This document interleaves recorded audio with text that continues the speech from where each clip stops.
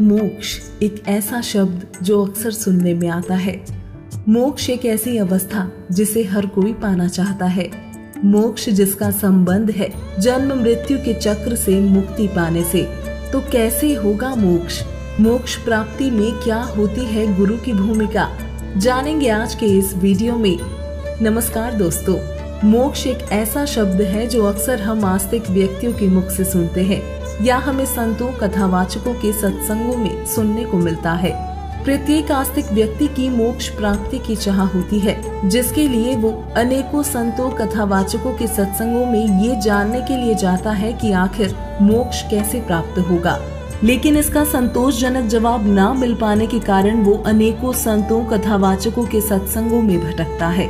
लेकिन आज हम आपको मोक्ष प्राप्ति के सरल और सहज मार्ग को बताने वाले हैं।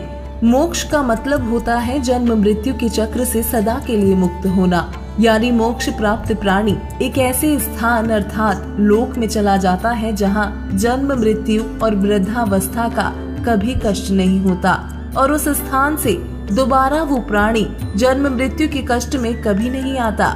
यही वजह है कि हर व्यक्ति उस स्थान की चाह में मोक्ष प्राप्ति करना चाहता है। तो चलिए अब हम देखते हैं कि सद्ग्रंथों में मोक्ष के बारे में क्या बताया गया है।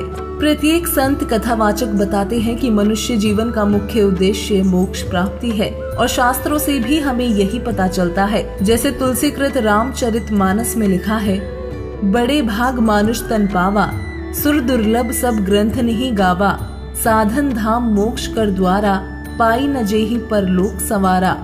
तुलसीदास जी के इन पंक्तियों के साथ ही कबीर साहिब ने भी इस बारे में कहा है, कबीर मानुष जन्म दुर्लभ है, मिले न बारंबार, तरवर से पत्ता टूट गिरे, बहुर न लगता डार। साथ ही पवित्र गीता अध्याय 18 के श्लोक 62 में कहा गया है, हे भारत, तू सब प्रकार से उस परमेश्वर की ही शरण में जा, उस परमात्मा की कृपा से ही तू परम शांति को तथा सदा रहने वाले सनातन परम धाम अर्थात सतलोक को प्राप्त होगा। जिससे ये सिद्ध होता है कि मोक्ष पाना मनुष्य जीवन का मूल उद्देश्य है, और जब तक मोक्ष प्राप्ति नहीं होगी तब तक हमें परम शांति नहीं हो सकती। लेकिन दोस्तों, बड़ा सवाल ये है कि मोक्ष की प्राप्ति होती कैसे है। तो चलिए अब ये जान लेते हैं। मोक्ष प्राप्ति अर्थात परमात्मा प्राप्ति के लिए चारों वेद और गीता में वर्णित विधि अनुसार सद्भक्ति करनी होती है, तभी साधक को मोक्ष की प्राप्ति होती है। जैसे गीता अध्याय 17 श्लोक 23 में सचिदानंद गण ब्रह्म अर्थात पूर्ण परमात्मा की भक्ति के 3 मंत्र ओम तत् सत का निर्देश दिया गया है, जिसमें गीता अध्याय 8 श्लोक 13 के मुताबिक ओम तो ब्रह्म का मंत्र है और तत् व सत सांकेतिक मंत्र है, जिनके विषय में तत्वदर्शी संत ही बता सकता है।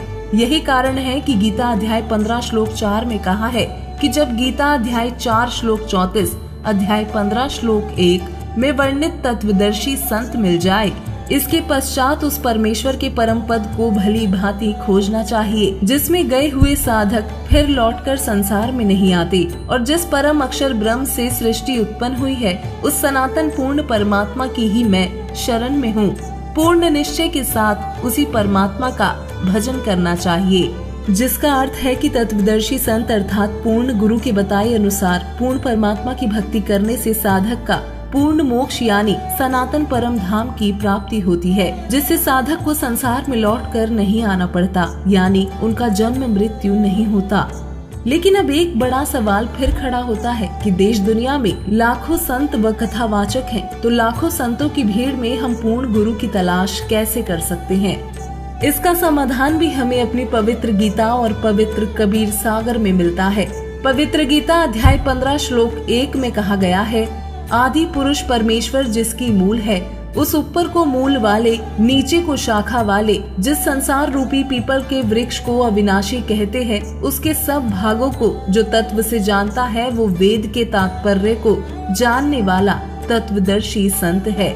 इसी विषय में परमेश्वर कबीर जी ने कहा है, कबीर अक्षर पुरुष एक पेड़ है, शर पुरुष वाकी डार, तीनों देवा शाखा है, पात रूप संसार।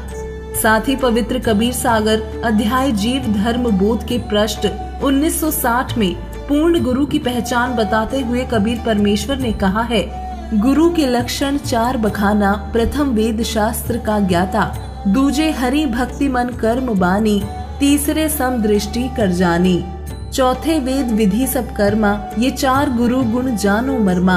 अर्थात पूर्ण गुरु अर्थात तत्वदर्शी संत वो होता है जो वेदों तथा अन्य सभी ग्रंथों का पूर्ण ज्ञानी हो। वो परमात्मा की भक्ति मन कर्म वचन से स्वयं करता है, केवल वक्ता नहीं होता। वो सर्व अनुयायियों को समान दृष्टि से देखता है, ऊंच नीच का भेद नहीं करता। वो सर्व भक्ति कर्म वेदों के अनुसार करता तथा करवाता है। अब आपके मस्तिष्क में ये प्रश्न भी उठ रहा होगा कि वर्तमान समय में पूर्ण गुरु कौन है। तो दोस्तों, आपको बता दें कि जो पूर्ण गुरु की पहचान अभी आपने गीता और कबीर सागर में पढ़ी, उसके आधार पर वर्तमान समय में पूर्ण गुरु संत रामपाल जी महाराज हैं। क्योंकि संत रामपाल जी महाराज के सत्संगों को संत रामपाल जी महाराज YouTube चैनल पर देखेंगे तो पाएंगे कि संत रामपाल जी महाराज जो भी ज्ञान बताते हैं वो गीता, वेद, पुराण, कुरान, बाइबल, गुरु ग्रंथ साहिब आदि से प्रमाणित होता है। साथ ही जो भक्ति साधना संत रामपाल जी महाराज अपने अनुयायियों को बताते हैं, वो भक्ति वो स्वयं भी करते हैं। साथ ही उनके द्वारा समाज से सभी प्रकार का भेदभाव समाप्त कर स्वच्छ समाज तैयार किया जा रहा है। संत रामपाल जी महाराज का कहना है, जीव हमारी जाति है, मानव धर्म हमारा, हिंदू मुस्लिम सिख ईसाई धर्म नहीं कोई न्यारा।